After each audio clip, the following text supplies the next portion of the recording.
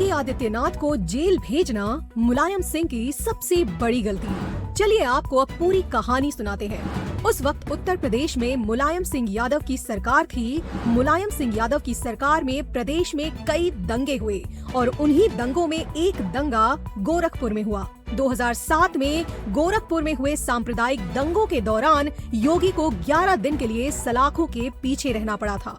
सलाखों के पीछे बिताए गए ये 11 दिन उनके जीवन और स्वभाव में आए बदलाव की वजह माने जाते हैं, जो कि जेल जाने को सुरक्षा गार्ड छीनने से योगी आदित्यनाथ अंदर से इतने आहत हुए कि लोकसभा में अपने दर्द को बयां करते हुए वो रो पड़े थे। घटना जनवरी 2007 की है, जब गोरखपुर में सांप्रदायिक हालात पैदा हुए थे। शहर की शांति पूरी तरह से भंग हो चुकी थी। इस दंगे में 2 लोगों की जान चली गई, काफी संख्या में मकान और दुकानों को क्षति पहुंचाई गई। कई दिनों तक गोरखपुर में कर्फ्यू लगा रहा।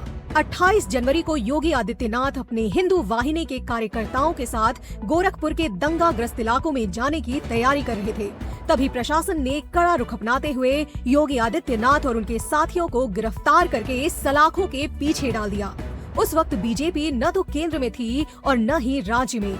योगी जैसे नेता खुद को स्थापित करने के लिए लड़ाई लड़ रहे थे। राजनीति के जानकार मानते हैं कि योगी आदित्यनाथ को जेल में डालने का फैसला मुलायम का गलत फैसला था। मुलायम के इस कदम से योगी का दायरा गोरखपुर और पूर्वांचल के कुछ जिलों से पूरे उत्तर प्रदेश में फैल गया और योगी आदित्यनाथ हिंदुओं के मसीहा और कट्टर हिंदू नेता जैसे छवि बनाने में कामयाब रहे। मुलायम सिंह यादव ने ये कदम शायद इसलिए भी उठाया कि अप्रैल मई में विधानसभा के चुनाव होने जा रहे हैं और योगी आदित्यनाथ गोरखपुर में सांप्रदायिकता की आग सुलगा रहे थे। मुलायम सिंह योगी को जेल में डालकर ये संदेश देना चाहते थे कि सपा मुसलमानों के हित में फैसले लेती है। उधर गोरखपुर दंगे की आग आसपास के इलाकों में भी फैल रही थी। इसे काबू करने के लिए प्रशासन बड़े पैमाने पर गिरफ्तारियां कर रहा था। लखनऊ से उस वक्त के तत्कालीन डीएम डॉक्टर हरिओम के पास एक फोन आया। फोन पर मुलायम सिंह यादव थे। कहा जाता है कि उन्होंने डीएम को आदेश दिया कि योगी को गिरफ्तार कर जेल में डाल दो। उसके बाद तत्कालीन डीएम डॉक्टर हरिओम के आदेश पर एसपी ने योगी को गिरफ्तार कर जेल में डाल दिया। लेकिन शहर में ये खबर जंगल की आग की तरह फैल गई। जो लोग योगी युवा वाहिनी में शामिल नहीं थे, वो लोग योगी को रिहा करने की मांग तेज करने लगे। हालांकि इसी दबाव को देखते हुए योगी आदित्यनाथ को गिरफ्तार करने वाले डीएम एसपी को 24 घंटे के भीतर सस्पेंड कर दिया गया। इस घटना से 2 संदेश गए कि योगी के सामने मुलायम सिंह यादव झुक गए और दूसरा ये कि शहर में योगी के सामने डीएम एसपी का मतलब कुछ नहीं। फिलहाल उस वक्त 11 दिन तक योगी को मुलायम सरकार ने जेल में रखा।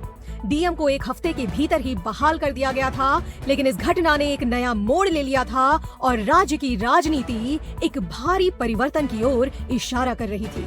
हिंदू वोटरों को लगा कि योगी को जेल में डालने का मतलब हिंदुओं का अपमान है और ये अपमान हिंदू नहीं सहेगा।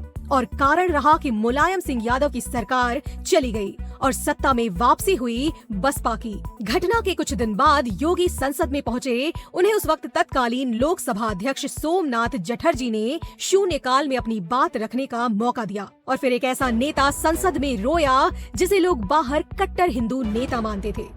कारण जो भी रहा हो, लेकिन आदित्यनाथ की गिरफ्तारी और उनकी हिफाजत में और उनकी सुरक्षा में लगे कर्मचारियों को हटाना योगी जैसे कट्टर छवि वाले नेता को अंदर तक झंझोड़ के रख दिया। इस घटना के बाद योगी आदित्यनाथ की छवि एक कट्टर हिंदू नेता की हो गई और वो प्रदेश में पहले से ज्यादा लोकप्रिय हो गए। योगी आदित्यनाथ के यहाँ से वहाँ तक पहुँचने में इस घटना का बहुत बड़ा किरदार माना जाता है। हालांकि इस घटना के 10 साल बाद वो सीएम बन गए और मुलायम सिंह यादव राजनीति से दूर रहे। योगी को जेल में डालने वाले 1997 के बेंच आईएएस अधिकारी और उस वक्त गोरखपुर के तत्कालीन डीएम डॉक्टर हरिओम घोटाले की जांच में फंस गए हैं और उन्हें जेल तक जाना पड़ सकता है। इधर एक रोचक तस्वीर योगी के जेल जाने के 13 साल बाद सामने आई थी, जब योगी आदित्यनाथ मुलायम सिंह की खराब तबीयत का हाल चाल पूछने और उनसे मिलने उनके निवास पहुंच गए थे। इसलिए कहते हैं कि राजनीति में ना तो कोई किसी का दुश्मन होता है, ना ही दोस्त होता है। आज योगी सत्ता में सीएम है और एक पावरफुल नेता है। हिंदुओं के मसीहा हैं, तो वहीं मुलायम सिंह यादव का परिवार राजनीतिक संघर्ष कर रहा है और सत्ता में वापसी का विकल्प भी तलाश रहा है। ये कहानी कैसी लगी, अपनी राय हमें कमेंट बॉक्स में जरूर बताएं।